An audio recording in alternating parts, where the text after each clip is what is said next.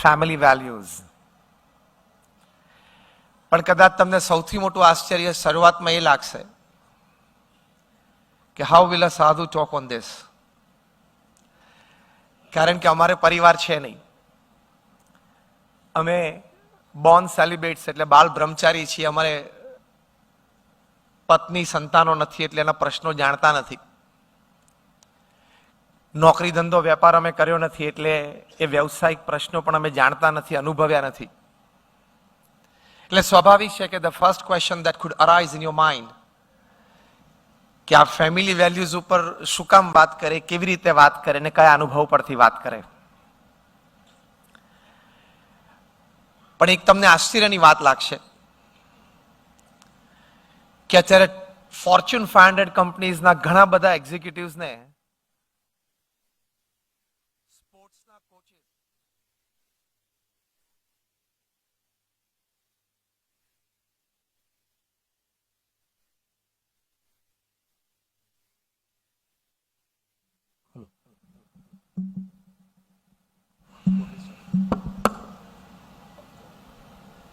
Hello, તમને આશ્ચર્ય થશે કે અત્યારે ઘણા બધા ફોર્ચ્યુન 500 કંપનીઝના એક્ઝિક્યુટિવ્સને સ્પોર્ટ્સ કોચિસ એ લોકોને ટ્રેન કરે છે.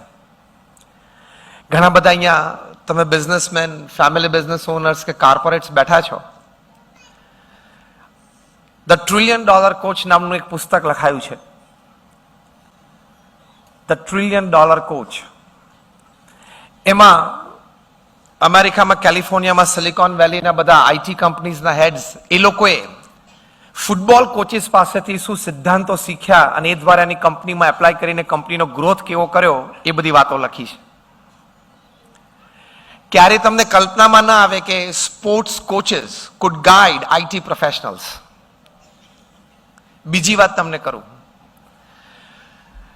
તમે યુરોપિયન ફૂટબોલ કે બ્રિટિશ સોકર બધી ગેમ્સ તમે જુઓ તો ઘણી વખત એમના કોચિસ છે ને એ લોકો આ લેવલનું પ્રોફેશનલ ફૂટબોલ રમ્યા જ નથી, પણ દે કુડ ગાઈડ. ઓલિમ્પિક્સમાં જેમને ગોલ્ડ મેડલ્સ મળે છે એમાંથી લગભગ 70% વધારે ના કોચિસ કોઈ દિવસ ઓલિમ્પિક રમ્યા જ નથી, પણ એના ડિસાઇપલને ગોલ્ડ મેડલ સુધી પહોંચાડી શકે.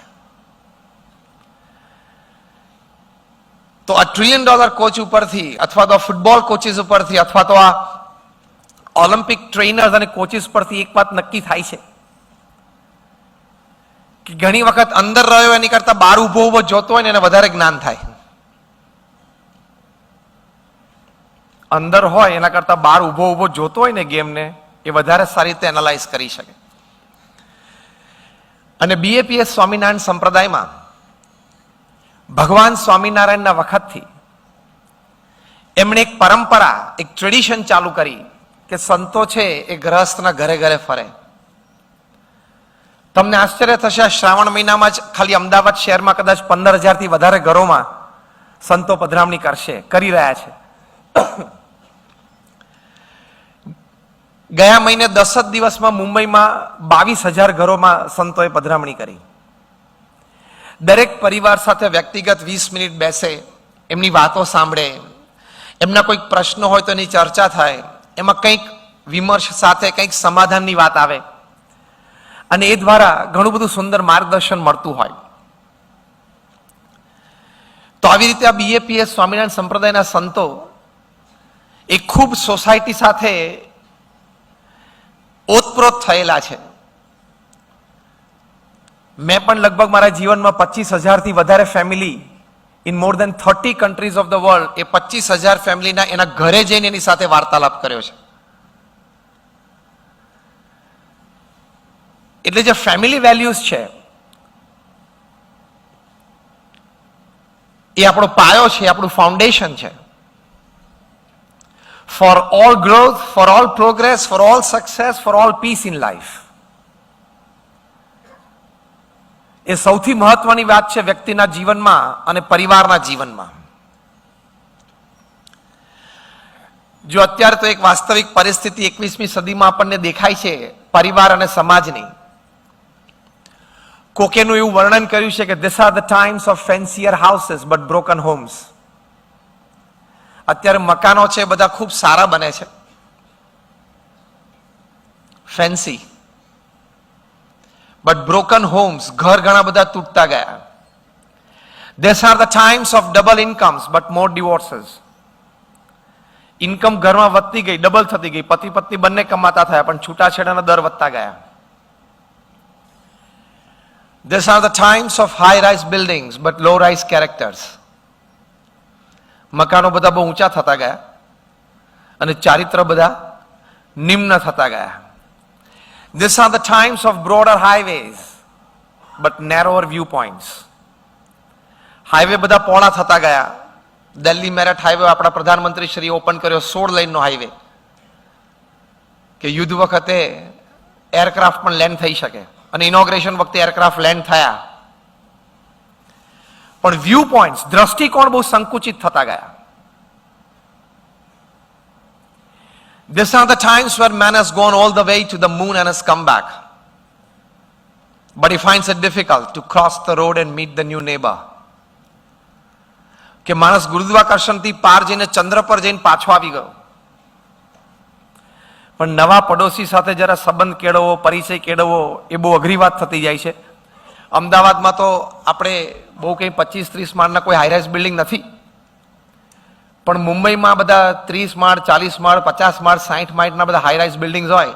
અત્યારે વર્લ્ડ 1 વર્લીમાં બને છે 117 માળનું વર્લ્ડ હાઈએસ્ટ રેસિડેન્શિયલ ટાવર. એવામાં લિફ્ટમાં 6 મહિના સુધી કોઈ ભેગો થાય ને ત્યારે આપણને સહેજ ડાઉટ જાય કે આ બિલ્ડિંગમાં રહેવાયો લાગે છે.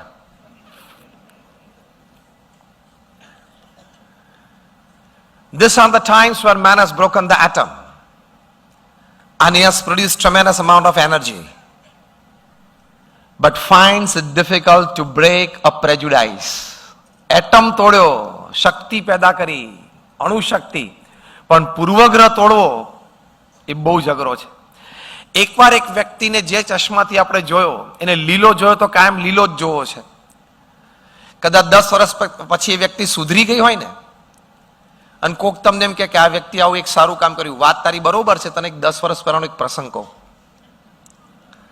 આપણી માનસિકતા છે, એ સુધરે પણ આપણા મગજ એને સુધરેલો સ્વીકારવા તૈયાર નથી. એટલે too difficult to break a prejudice. These are the times of sometimes good profits in business but shallower relationships. સ્વાર્થ હોય ત્યાં સુધી સંબંધ, અને સ્વાર્થ પૂરો થાય પછી ખબર પડી 2 ચા ના લાવતો,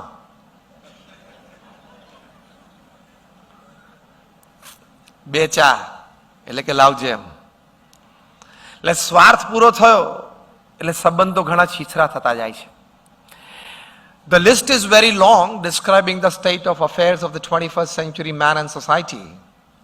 But in short, you can say that these are the times where we have much to show in the show window and nothing in the stock room.